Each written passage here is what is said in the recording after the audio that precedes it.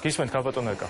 მე საშინლად მესმის და კარგია რომ ცუდად მესმის თარგამაძის უზრდელური გამონათქვამები, ეს უზრდელი და თავხედი ადამიანი.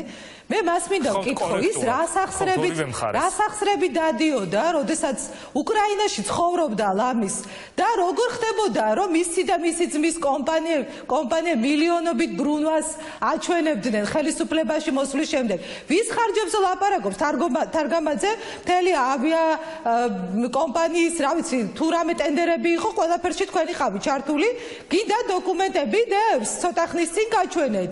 და ვის ხარჯებზე ლაპარაკობს? სააკაშვილის თანაგუნდელი ადამიანი, რომელიც პირადი თვითმფრინავში იმდენს ხარჯავდა ერთ გადაფრენაში და თუ გინდათ აი 2012-13 წლის ხარჯები ამოვიღოთ, ნახოთ მისი პირადი მზარეული, მისი პირადი პროცედურებისთვის სახელმწიფო ბიუჯეტი რამდენ ფულს ხარჯავდა. და თქვენ ლაპარაკობთ ირაკლი ღარიბაშვილის ხარჯებზე, რომელმაც აი მარტო აი ამ გაეროში ვიზიტის დროს 300,000 ლარი დაზოგა.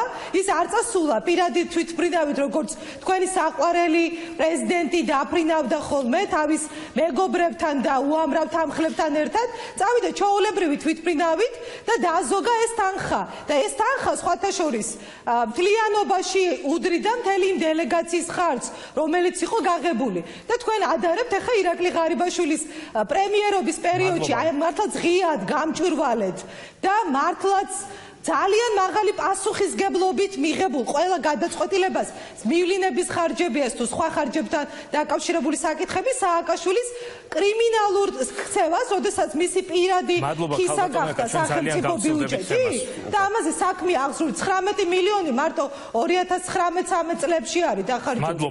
და სამარცხვინოა ის ჩამონათვალი, რაში იხარჯებოდა ხალხის ფული. ეხლა გაგახსენდა თქვენ პენსიონერები და მშიერი ადამიანები რო არსებობენ, ყალბები უპასუხისგებლოები და მოძალადეები თქვენ ხართ. თქვენ ხართ ეს დამნაშავეთა მართლა მთლიანი ბანდა, რომელიც ხელისუფლებაში იყო მოკალათებული. და სამართალი არის იმისთვის, რომ თითოეულმა ადამიანმა პასუხი ააგოს.